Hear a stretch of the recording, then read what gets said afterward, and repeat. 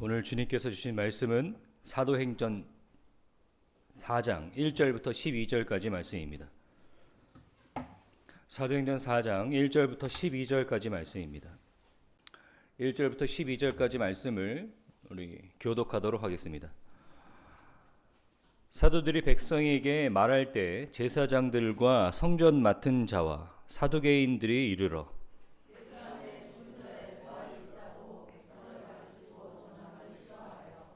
그들을 잡음에 날이 이미 저물었으므로 이튿날까지 가두었으나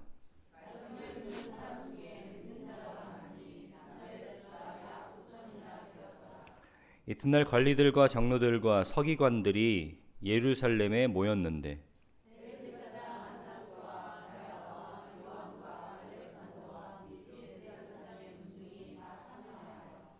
사도들을 가운데 세우고 묻되 너희가 무슨 권세와 누구의 이름으로 이 일을 행하였느냐?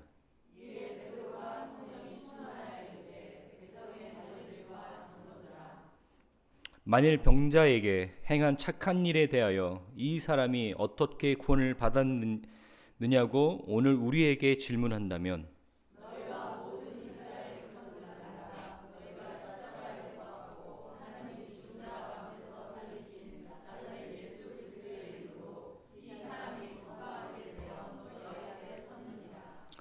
이 예수는 너희 건축자의 버린 돌로서 집 모퉁이의 머릿돌이 되었느니라.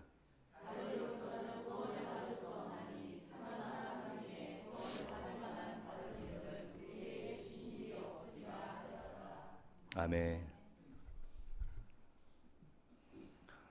2025년도 이제 몇 주 남지 않았습니다. 아마 여러분들 많은 스케줄, 바쁜 약속 속에서 사실 텐데 그런 약속들과 스케줄 연말 모임 같은데 따라다니다 보면 술이 빠질 수는 없죠. 사람들의 모임에서 그런 술자리에서도 이 교회 문 밖에 나아가서 크리스찬으로 산다라는 것은 쉬운 일은 아닙니다. 어렵습니다. 뭐 저 같은 사람이야 제가 뭐 술 약속이 있겠습니까? 뭐가 있겠습니까? 근데 여러분들은 좀 다르죠. 물정 모르고 얘기하는 것 같지만 여러분들 삶 속에서 여러분들이 끊어내야 될 세상의 모습들 그런 것들을 담대하게 끊어내고 또 세상 사람들에게 믿는 사람으로서 내 믿는 양심과 고백들을 지켜낼 수 있는 그런 마지막 12월이 되기를 바랍니다. 우리 중에는 어떤 사람들은 이미 자기 나름대로 어느 정도 타협을 해서 내가 뭐 12월 한 달만큼은 아니면 내가 이 정도 양만큼은 뭐 내 양심에도 또 어떤 신앙의 양심이나 뭐 사람들 보기에도 뭐 껄끄럽지 않을 거라고 생각해서 이렇게 정하시는 분들도 있는데 사실 여러분들 안에 성령님이 계신다면 하나님께서 하나님의 영으로 여러분 안에 내주하게 계신다면 여러분을 거룩으로 부르시기 때문에 그 거룩에 방해되는 어떠한 것이라도 나한테는 유익이 되거나 나한테는 이익이 보이는 그 어떤 것이라도 그것이 하나님의 거룩에 반대된다면 여러분들을 선한 방향으로 인도하실 수 있는 그런 하나님의 일하심을 느끼는 연말이 되길 바랍니다. 제가 오늘 이러한 부분을 좀 함께 여러분들과 이야기하려고 하는데 우리 전사님이 잘 정리해서 말씀하셨기 때문에 제가 이전의 사도행전의 이야기는 여러분들에게 다시 들려드릴 필요는 없다고 생각합니다. 오늘은 꽤 극적인 이야기가 펼쳐집니다. 사도들 베드로와 요한이나 또는 바울과 같은 사람이 사도행전을 통해서 수많은 전도 여행과 전도를 떠납니다. 그리고 수많은 설교를 합니다. 그 과정 속에서 베드로, 요한, 바울은 많이 잡히고 매맞고 죽을 위기까지 처하게 됩니다. 오늘은 굉장히 기념비적인 일인데요. 그들이 예수의 이름을 전하다가 가장 먼저 첫 번째 잡히는 장면을 여러분이 오늘 보게 되실 겁니다. 베드로, 요한이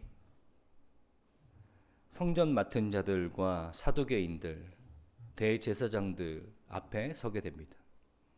이유는 그렇습니다.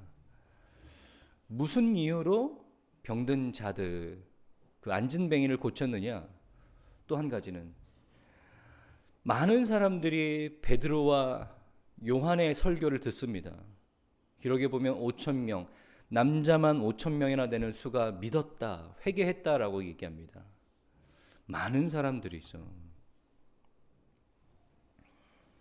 사두개인과 또는 대제사장들 같은 사람들은 이 사람들의 이런 모습들이 꼴보기 싫습니다. 자기만 할 수 있는 일입니다. 성전이라든지 행각에 모여서 사람들에게 설교하고 영향력을 끼칠 수 있는 건 자기들만 할 수 있는 그런 고유의 권한입니다. 근데 이 사람들은 너희들은 누구길래 그런 일을 행하느냐라는 겁니다.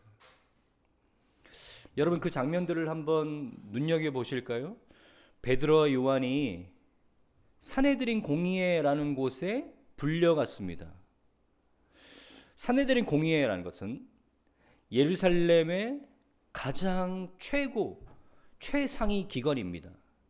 다시 말해서 헌법재판소, 법원 그런 개념으로 어떤 사람도 법 앞에서 평등하듯이 어떤 사람도 법 위에 있는 사람은 없습니다. 마찬가지로 산헤드린 공의회에서 정하는 모든 것들은요, 어떤 사람도 예외가 될 수 없습니다. 그런 곳에 71명이나 되는 대제사장들과 제사장들, 성전 맡은 사람들, 사두개인 같은 사람들이 베드로와 요한을 둘러싸고 있습니다. 뿐만 아니라 회중들로 많은 회중들이 모여서 그 재판을 지켜보고 있습니다. 웅성웅성하는 소리들이 막 들리기 시작했죠. 여기저기서 막 사람들이 떠듭니다. 아까 그 일 봤어? 성전 문 앞에 있던 사람이냐? 우리가 맨날 들락날락 할 때마다 보던 그 사람 있잖아. 그 사람이 일어났대. 어떻게 일어나 그 사람이? 저 사람들 때문에.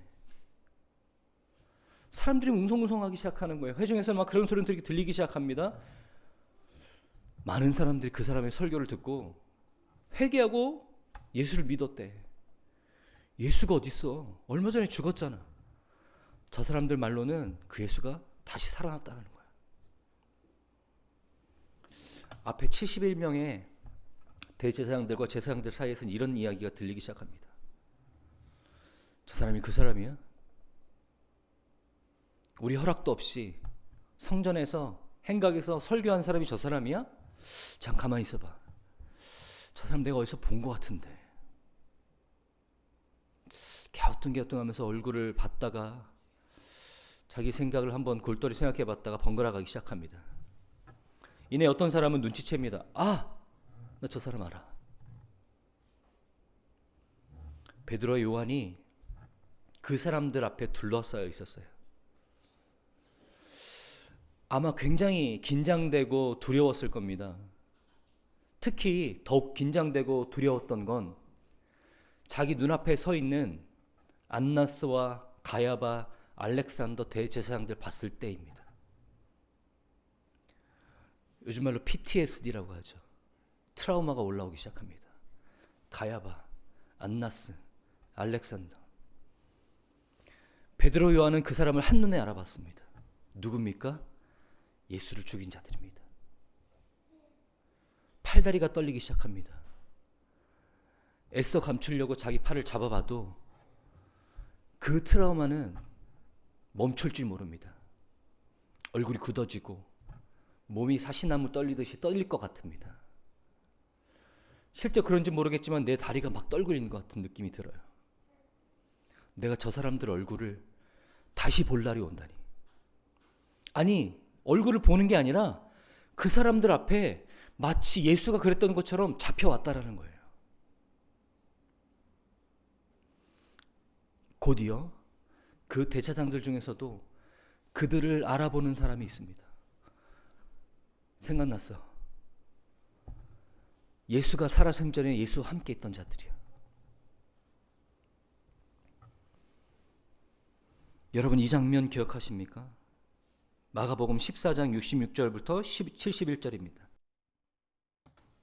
베드로는 아랫뜰에 있더니 대제사장의 여종 하나가 와서 베드로가 불 쬐고 있는 것을 보고 주목하여 이르되 너도 나사렛 예수와 함께 있었도다 하거늘 베드로가 부인하여 이르되 나는 내가 말하는 것이 무엇인지 알지도 못하고 깨닫지도 못하겠노라 하고 앞들로 나갈새 여종이 그를 보고 곁에 서 있는 자들에게 다시 이르되 이 사람은 그 도당이라 하되 또 부인하더라. 조금 후에 곁에 서 있는 사람들이 다시 베드로에게 말하되 너도 갈릴리 사람이니 참으로 그 도당이니라. 그러나 베드로가 저주하며 맹세하되 나는 너희가 말하는 이 사람을 알지 못하노라 하니. 베드로가 예수님을 부인하는 장면입니다. 예수님을 부인하는 그 장면, 그 현장에 어떤 일이 있었습니까? 예수님은 많은 사람들, 대제사장들과 많은 사람들 앞에서 조롱당하고 찢기고 매맞고 뺨을 맞고 있는, 수모를 당하고 있는 장면에 베드로도 멀찌감치 구경하고 있었습니다. 용기는 없었습니다. 차마 그 현장에서, 그 분위기에서 너희들이 예수에게 왜 그러냐고 말을 할 수 없는 그런 상황이었습니다. 그럴 용기는 없습니다. 오히려 그 위협이 자기에게 번질까 두려워하는 그런 장면입니다.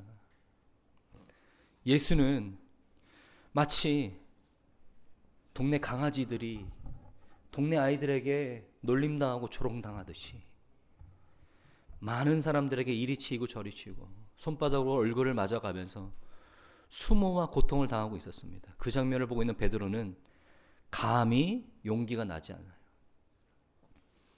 그때 누군가 베드로를 알아봅니다. 베드로가 그 순간 싸늘하게 위협이 자기에게 번질까 두려워서 급히 부인하고 저주합니다. 베드로가 그 일을 잊었을까요? 베드로가 그 사건을 마음속에 언제나 담아두고 있었을 것입니다. 그 일이 마치 오마주처럼 지금 자기에게 벌어지고 있어요. 그 예수를 죽였던 사람, 그 예수를 고발하고 수모와 고통을 행했던 그 사람, 그 장본인들이 지금 자기 눈앞에 있습니다. 자기가 그들에게 고발되었습니다. 사람들과 대제사장들 사이에서도 이미 자기를 알아본 듯한 눈치들이 있습니다. 다시 그때의 장면이 떠오르고 그때의 그 트라우마가 베드로와 요한을 둘러쌌습니다. 어떻게 했을까요? 여러분은 어떻습니까? 많은 사람들의 분위기와 많은 사람들이 몰아가고 있는 그 환경 속에서 난 아닌데, 나는 그렇지 않습니다. 나는 그렇게 생각하지 않습니다. 나는 그렇게 하지 않을 겁니다. 사회생활이라는 것은 사회생활과 신앙생활을 병행한다는 것은 어려운 일입니다. 세상의 가치관과 이치에 따라서 흘러가고 있는 이해관계와 이익에 따라서 흘러가고 있는 이 사회생활 속에서 자기를 버리신 예수님, 그 희생과 부활하심에 세워진 그 신앙, 그것을 따라간다는 것은 마치 거센 바람이 불고 있는 태풍 속으로 홀로 반대 방향으로 걷고 뛰려고 하는 그런 저항을 맞서는 힘 1인 것 같습니다. 부조리한 일들이, 부도덕한 일들이 마치 흥미롭고 당연한 일인 것처럼 사회생활에선 이루어집니다. 그래 왔으니 우리도 그래야 되고, 그것이 관행이고 그것이 미덕이라고 여겨지는 사회생활 속입니다. 사람들이 모이면 당연히 술이 있는 거고, 그 사람들과 친해지려면 또는 그보다 더 중요한 업무적 일이라면 술을 거부할 이유는 더욱더 없어집니다. 그 속에서 갈등은 일어납니다. 이 사람들은 내가 이미 크리스찬이라는 것을 알고 있죠. 교회 집사라는 거, 최소한 교회 다니는 사람이라는 걸 알고 있습니다. 하지만 그 분위기 속에서, 그 환경에서 나는 예수를 믿는 사람이기 때문에 그런 향응이라든지 음주를 즐기지 않겠습니다라고 이야기하기라는 것은 여간 어려운 일이 아닙니다. 우리도 그런데 베드로 요한은 더욱더 힘든 환경 속에 있습니다.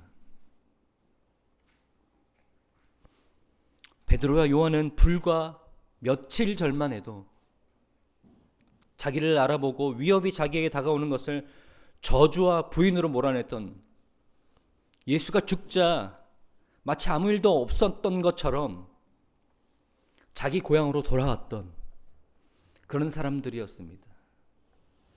그런데 그들이 이제는 좀 다릅니다. 그들이 이제는 예전에 그들과는 좀 다릅니다. 뭐가 다르죠? 나이를 먹었습니까? 그 얘기가 아니죠.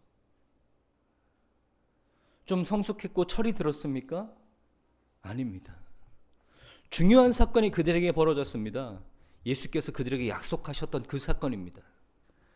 너희가 약속하신 그 성령을 받으면 그 성령의 권능으로 너희는 앞으로 살게 될 것이다. 더 자세히 얘기해서 그 성령의 권능으로 산다라는 것은 성령의 권능으로 말미암아 증인된 삶을 살게 될 거야 라는 거예요. 다시 말해서 너희의 삶 자체가 이제부터는 예수를 드러내는 삶으로 변화되게 될 거야. 그런 임무를 맡은 자들이야. 그런 임무는 그저 너희의 생각을 바꾸고 너희의 가치관을 바꾸는 것이 아니라 너희 안에 또 다른 생명, 또 다른 원동력인 성령이 너희 안에 계실 거야. 그 힘든 일을, 그 어려운 일들을 너희 혼자 외롭고 고아와 같이 행할 수 있는 것이 아니라 성령님께서 너희 안에 계셔서 너희와 함께 그 일을 가능하도록 할 거야. 오늘 그 일이 정말 거짓말처럼 벌어지고 있는 거예요. 그 위협 속에서 그 사내들인 공의의 한가운데 서 있는 베드로 요한이 이전에 자기와는 완전히 다른 사람이 됩니다. 어떤 사람이 됐을까요? 여러분, 본문 그 다음 구절은 13절입니다. 13절을 같이 한번 읽어보도록 하겠습니다. 시작.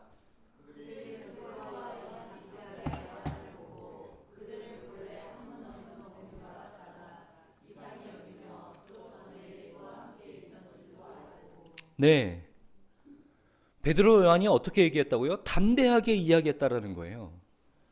베드로 요한이 담대하게 이야기하기 시작합니다. 여러분, 이것은 상상할 수 없는 일입니다.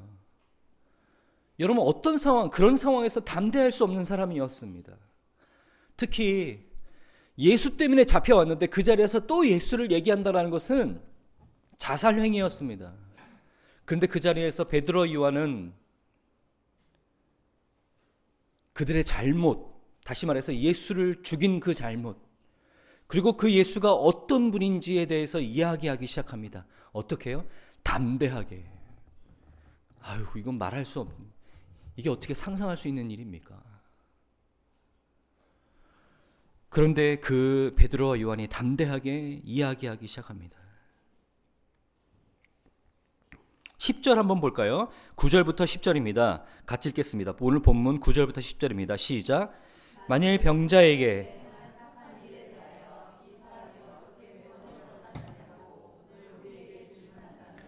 너희와 모든 이스라엘 백성들은 알라.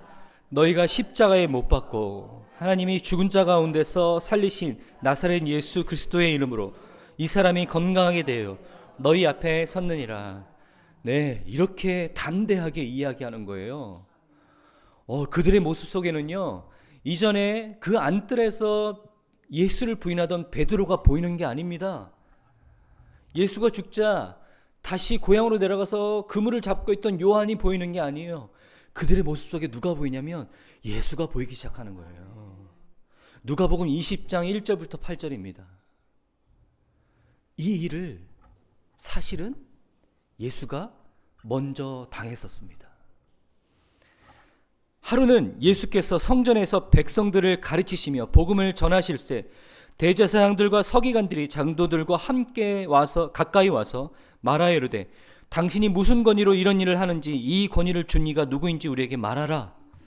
대답하여 이르시되 나도 한 말을 너희에게 물으리니 내게 말하라. 요한의 침례가 하늘로부터냐 사람으로부터냐? 그들이 서로 의논하여 이르되 만일 하늘로부터라 하면 어찌하여 그들을 믿지 아니하였느냐 할 것이요 만일 사람으로부터라 하면 백성이 요한을 선지자로 인정하니 그들이 다 우리를 돌로 칠 것이라 하고 대답하되 어디로부터인지 알지 못하노라 하니 예수께서 이르시되 나도 무슨 권위로 이런 일을 하는지 너에게 이르지 아니하리라 하시니라. 이 일은 먼저 예수님께서 당하신 일이었습니다. 성전에서 하나님의 말씀을 가르치자 너희가 무슨 권위로 무슨 이유로 그런 일들을 행하느냐라고 대제사장들과 서기관들이 그를 몰아세웁니다. 예수님을. 그러자가 예수님께서 반문하시죠. 담대하게 반문하십니다. 침례 요한이 하늘로부터 온 사람이냐 아니면 땅으로부터 온 것이냐. 만약에 그것을 하늘로부터 왔다 그러면 침례 요한으로부터 침례받은 예수는 그 하늘의 권위를 인정하게 되는 되게 되는 것입니다. 아무쪼록 여러모로 곤란한 그런 질문이었습니다. 예수님께서 담대하게 그들에게 다시 한번 반문하시죠. 그자 그들이 할 말이 없어집니다. 여러분 대제사장들, 서기관들을 성전에서 그들의 고발을 당한다. 그들에게 고발을 당한다라는 것은 아무도 말릴 수 없습니다. 그들의 결정하고 재판하는 것들은 아무도 이의를 제기할 수 없습니다. 성전에서 실로 그들은 최고의 권위를 갖고 있는 사람입니다. 로마 황제 다음으로 이스라엘 백성에게는 로마 황제 다음으로 가장 큰 권위를 갖고 있는 사람들입니다. 그런데 그들에게 고발을 당했을 때 예수는 주저하지 않고 자기가 하고 있는 일, 또 자기가 무엇을 위해서 이 일을 하는지에 대해서 담대하게 이야기합니다. 오늘 그 예수의 모습이 누구에게 보이기 시작합니까? 베드로와 요한에게 보이기 시작하는 거예요.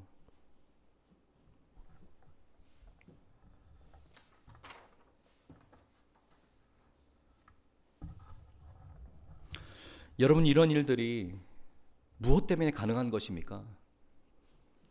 그들의 이전에는 없었던 그들 안에 성령님이 계시기 때문입니다. 여러분, 모든 예수를 부르고 믿는 모든 사람들 안에 하나님께서 그가 영을 부어주셔서 성령님께서 우리 안에 내주하십니다. 성령님께서 우리 안에 계십니다.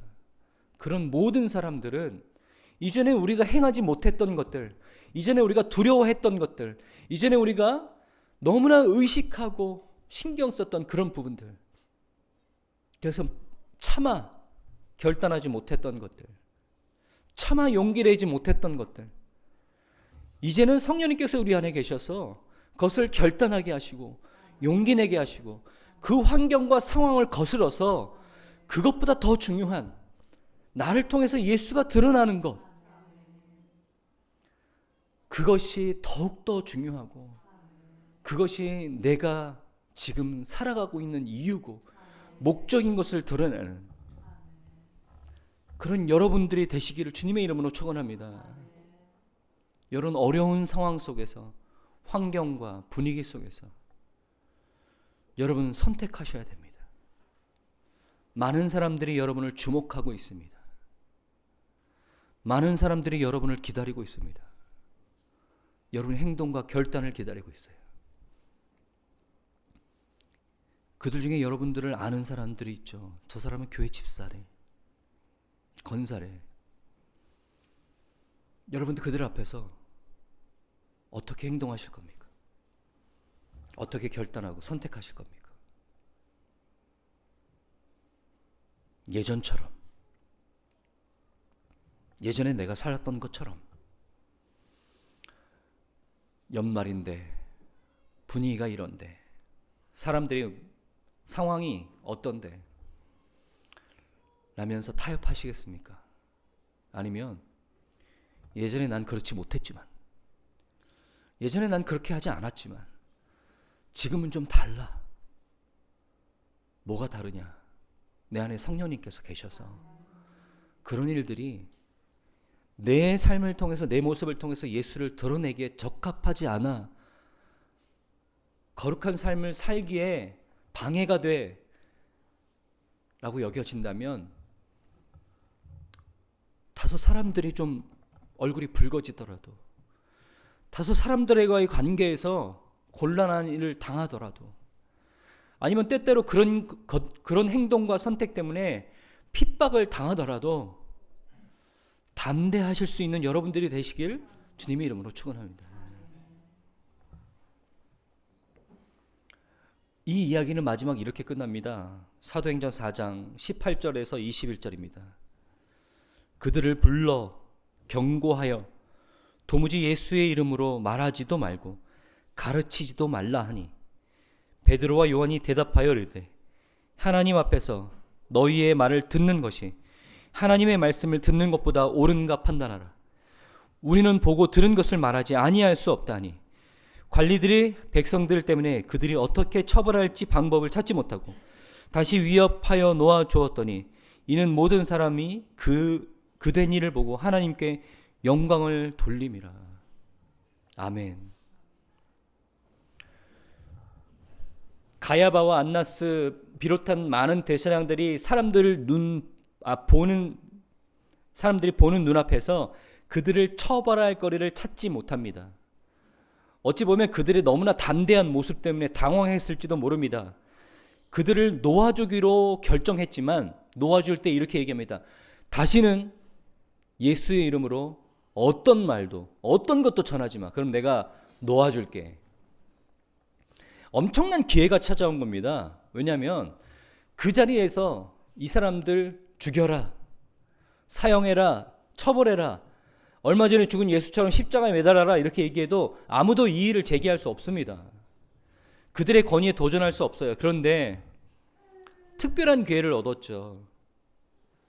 그러면 여러분 어떨 것 같습니까? 아까는 담대했는데 지금만큼은 담대할 수 있습니까? 지금만큼도 담대할 수 있어요? 아까는 보는 사람이 많아서 담대했다고 칩시다. 그런데 죽음의 위기에서 놓여졌어요. 기회가 터졌어요. 그런데 그 사람들이 나지막히 우리에게 얘기합니다. 근데 조건이 있어. 예수의 이름으로 어떤 것도 말하지 마. 그럼 놓아줄게. 마치 은밀히 찔러지는 어떤 봉투같이 그렇게 우리에게 제시해 들어오는 거예요. 그는 그 앞에서 우리는 어떻게 했을까요? 근데 이 베드로와 요한은요, 그 앞에서도, 그 상황에서도 절대로 굽히지 않고 다시 한번 얘기합니다. 하나님 앞에서 너희 말을 듣는 것이 옳은가? 하나님의 말씀이 듣는 것이 옳은가? 판단하라. 내가 너희의 말을 듣는 게 옳은가? 하나님의 말씀을 듣는 게 옳은가? 나는 보고 들은 것을 말하지 않을 수 없다라고 얘기합니다. 여러분, 그런 모습을 보면서 성경은 우리에게 뭐라고 얘기하고 있죠? 모든 사람이 그 된 일을 보고 하나님께 영광을 돌림이라. 여러분, 자기의 목숨도 그 위협도 개의치 않고 보고 들은 일을 전하는 것, 예수의 죽음과 부활을 전하는 그 증인된 일을 삶에 있어서 조금도 아까워하지 않았고 담대하게 얘기했던 베드로 요한이 그 담대함으로 그 신앙의 양심을 지켰더니 사람들이 어떻게 했다고요? 그 된 일을 보고 모든 사람이 하나님께 영광을 돌렸대요. 네, 여러분들도 여러분의 신앙의 결단으로 믿음의 용기로 행하고 선택하는 그 모든 것들이 여러분들을 향해서 지켜보는 모든 사람들에게 하나님의 영광이 되기를 바랍니다. 그 사람들의 시선과 그 사람들의 결정 때문에 그 사람들을 의식하느라고 우리는 이제까지 타협했던 그 모든 것들은 사실은 그래, 잘했어, 그래야 사회생활이지, 그래야 지금 일이 진행되는 거지 라고 얘기했던 그 사람들은 사실은 속으로 우리의 모습을 보면서 하나님을 욕하고 있었어요. 그냥 별거 아니에요. 집사를 해봤자. 교회 다니는 사람 별거 아니야. 다 똑같아.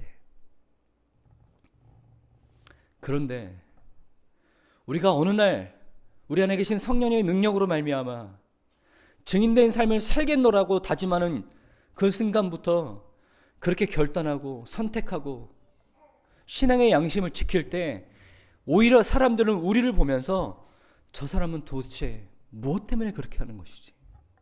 무엇 때문에 그렇게 감수하고 희생하는 것이지?